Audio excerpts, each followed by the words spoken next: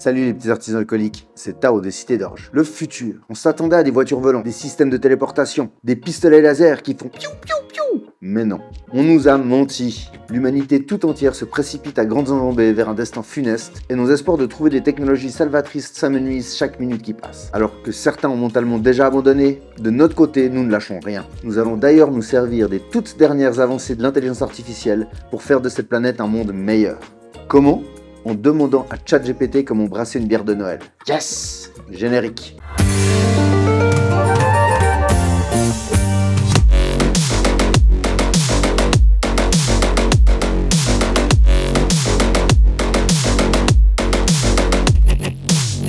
Si, le monde est toujours un endroit meilleur avec plus de bière dedans, même de la bière de Noël. Oui, parce qu'il est presque Noël et je suis en retard. Alors on va se tourner vers le meilleur ami de l'humanité avant qu'il se retourne contre nous, j'ai nommé ChatGPT. Bon allez, on expose notre petit problème et on espère qu'il aura une solution pour nous.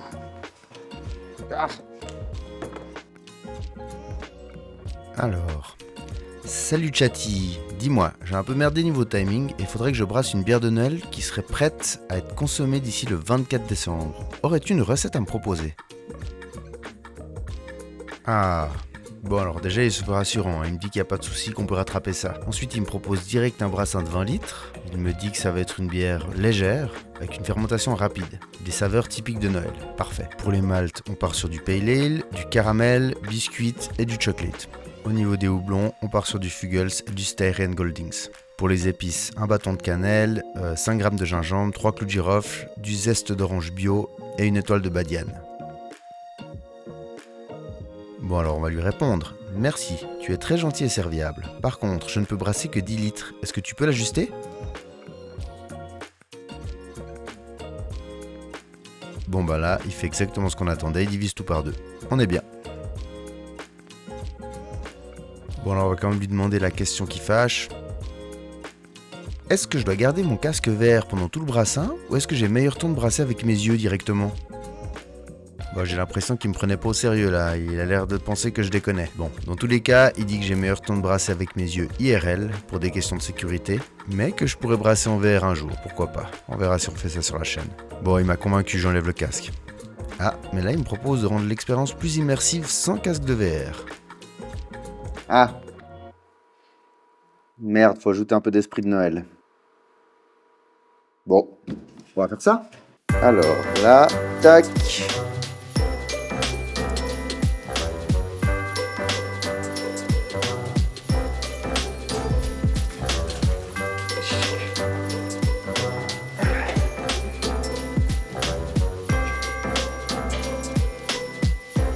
C'est l'esprit de Noël là ?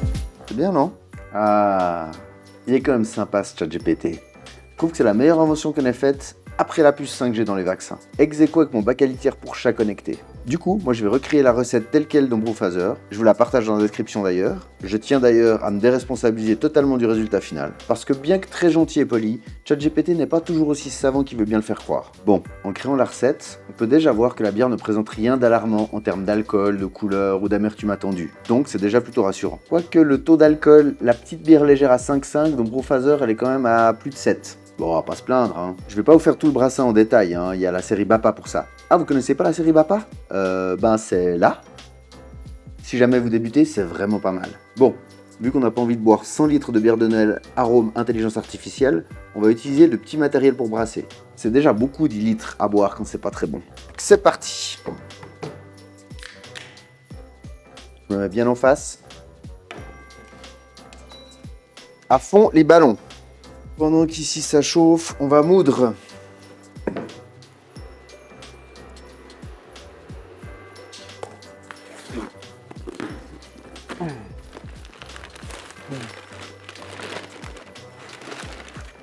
Donc ça, c'est le caram unique.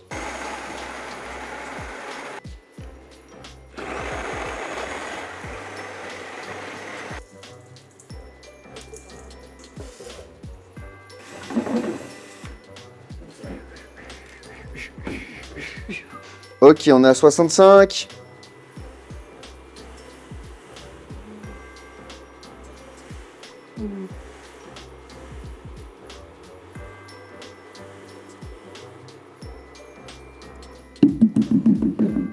Voilà, là on touille bien, c'est bien. Elle est déjà bien foncée, hein. Putain, flûte, je voulais dire, flûte.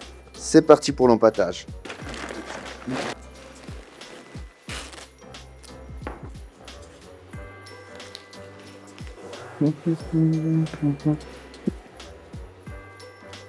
Ça a l'air pas mal, hein. Là, on a les 2 houblons que ChatGPT nous a dit d'utiliser. Il a été très précis là-dessus. Donc du Frugals et du Styran Goldings. Alors, on a besoin de 2,5 grammes de gingembre. Donc ça, c'est le gingembre. 15 grammes de Frugals. Franchement, je vous conseille de toujours faire ces trucs un peu à l'avance. Parce qu'au moment où on est à l'ébullition, il se passe trop de trucs en même temps. C'est vite la merde. Donc ça, c'est le Frugals, 15 grammes. Et l'autre, on a besoin de 10 grammes de celui-là. 10 grammes. On rebrasse, on contrôle. 65,1. On est bien. Par ça, dans l'intro, je rigolais sur le fait que j'avais dû connecter le bac à litière de mon chat à mon Wi-Fi et il avait dû faire une mise à jour. Donc c'est pas juste le connecter. En plus, il a passé 5 minutes à se mettre à jour. Bref, tout ça pour dire que j'ai un chat. Avec Gaël, on a pris un petit chat et il s'appelle Stout. Je vous laisse deviner la couleur.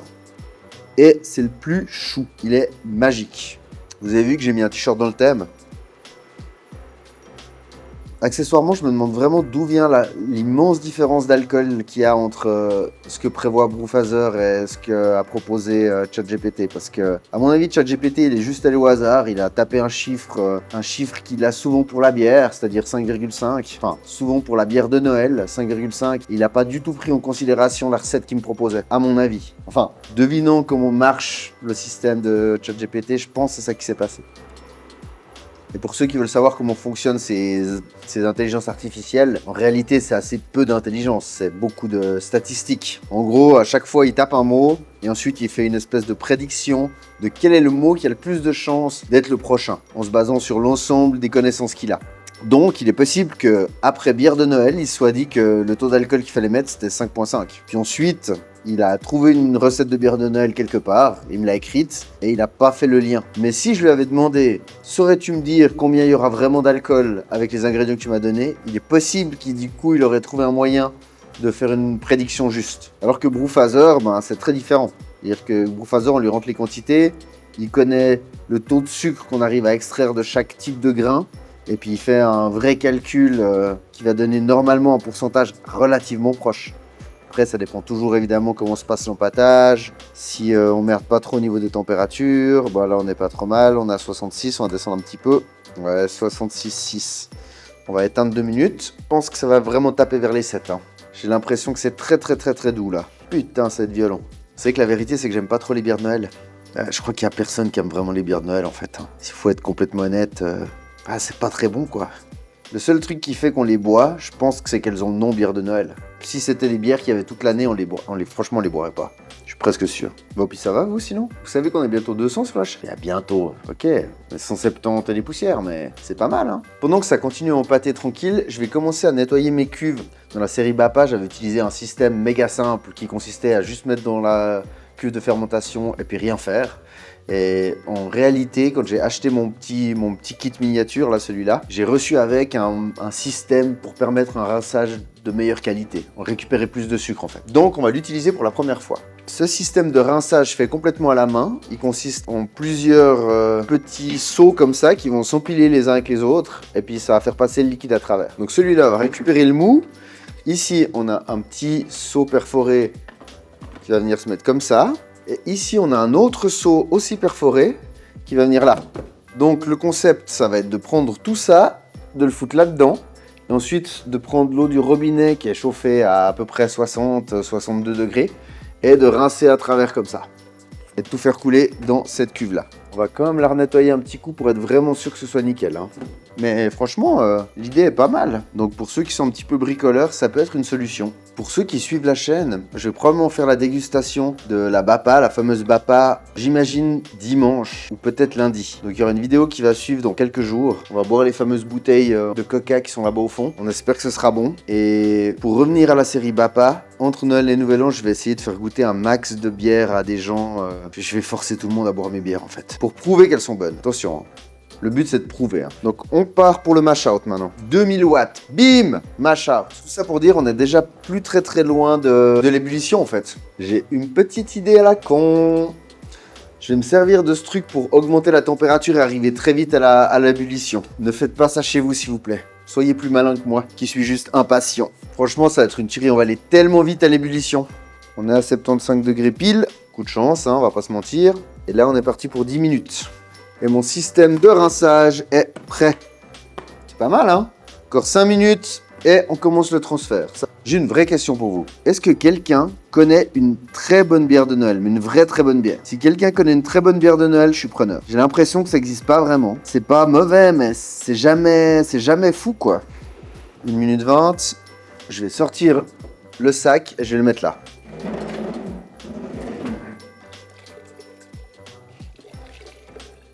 Maintenant, je vais le mettre là-dedans.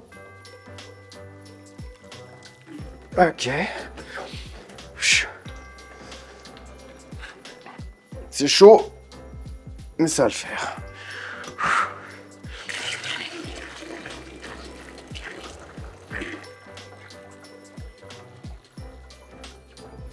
Ok. Maintenant, je vais prendre tout ce beau monde et je vais aller mettre de l'eau à travers le grain.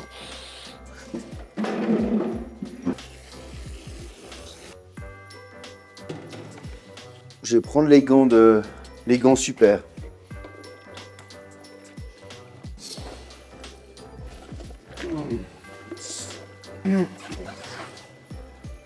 On rouvre un peu tout ça, on rebalance un peu d'eau dedans. Ah putain, c'est du boulot, hein.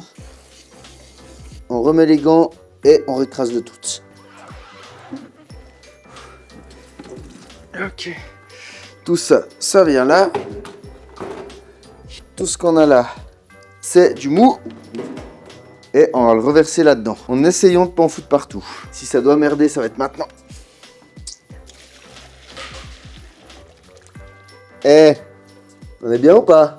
C'est parti. 2000 watts, mec. Bim. Alors là, les petits amis, j'aime autant vous dire qu'on a bien récupéré du sucre. Et double vitesse. Que personne ne fasse ça à la maison. Hein. Est-ce que ce truc, il chauffe? Oh, ça va aller très vite avec ça. C'est parti pour le tracker d'ébullition. Faut que je balance les 15 grammes dès que ça bout. Et ça va pas traîner, je pense. Honnêtement, dès que ça bout, on peut enlever le gros machin, là. Bon, on va le déconnecter parce qu'il me fait peur. Il me fait extrêmement peur. En tout cas, la partie hors de l'eau, elle est violente. Hein. En fait, on va arrêter, j'ai trop peur. Bon.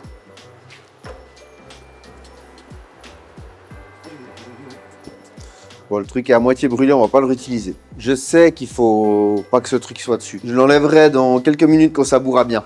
Je pense à refroidir ce soir, mais j'ai l'impression qu'on va pas avoir le temps. On va faire comme la Bapa.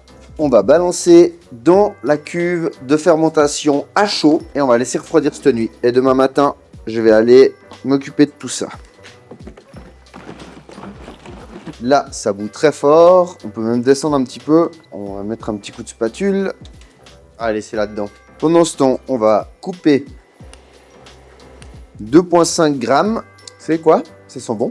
Ça sent vraiment bon. Zeste d'une demi-orange. Je sais qu'un râpoir, ça aurait été mieux, mais bon.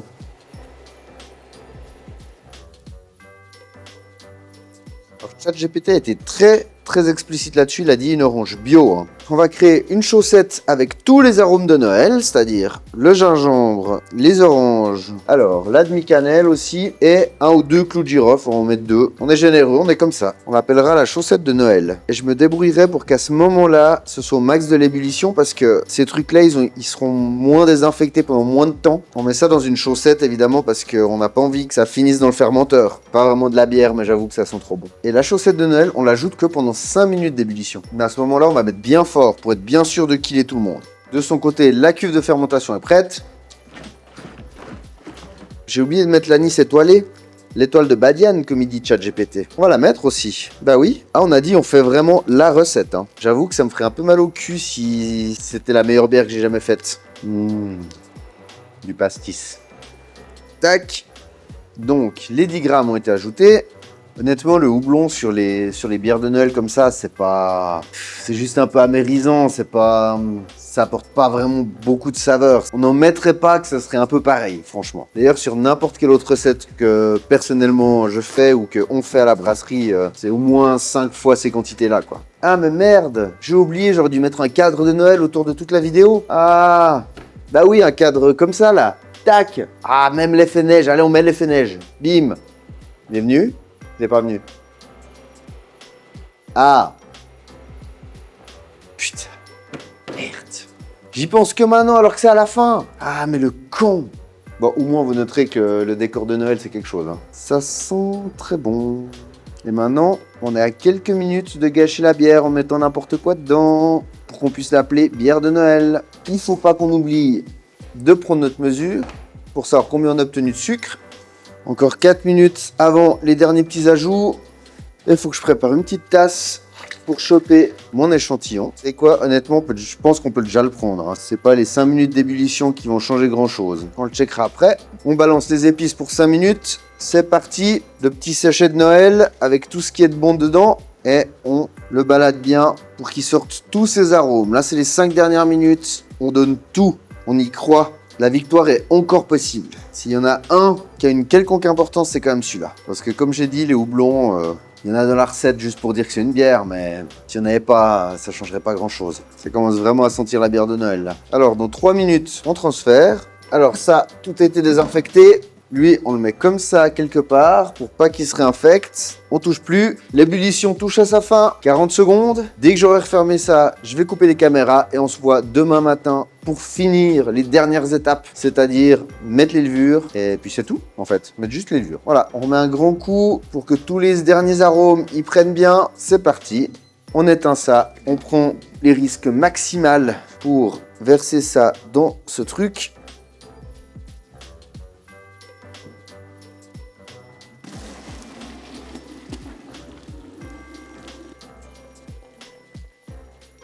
Malheureusement, il y en a un qui est passé dedans. On va aller le chercher avec cet outil. Ce petit salopard, il est là.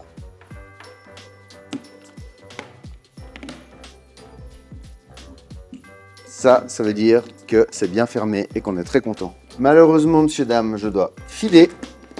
Ça va rester ici tranquillement jusqu'à demain. Et nous, on va d'abord prendre notre petit échantillon. 14,8. On goûte. Franchement, c'est très bon. C'est parti! 6.5 hours later. Salut les gars, on est le lendemain. Du coup, ça à 25 degrés à peu près. Je pense qu'on va encore la mettre dehors un petit moment pour que ça finisse à 20. C'est très important parce que les levures vont augmenter un petit peu la température à l'intérieur. Et puis, cette levure-là, la Safe Ale 05, est censée fermenter autour des 20 degrés. Donc, on va refroidir encore un tout petit peu ça, balancer les levures et ça sera fini. Je ferai probablement un short de la mise en bouteille d'ici environ 10 jours, puis un autre du résultat final avec l'avis des gens qui l'auront bu pendant les fêtes. On va enfin savoir si ChatGPT va aussi voler le travail des brasseurs après celui des employés de commerce. Merci d'avoir regardé cette petite vidéo de brassage assisté par ordinateur, la BAO. Est-ce qu'on vient d'inventer un nouvel acronyme? Peut-être même un nouveau trend. Dans tous les cas, merci d'avoir suivi ce petit brassin de Noël. On se retrouve dans quelques jours pour voir les grimaces de mes testeurs. Et n'hésitez pas à me dire combien vous détestez l'intelligence artificielle dans les commentaires. Et que les jeunes sont de plus en plus cons, et que ChatGPT c'est pour les abrutis, plus personne connaît ses livrets, tout ça. On se retrouve dans quelques jours pour la prochaine vidéo, probablement le goûtage de la BAPA. A plus!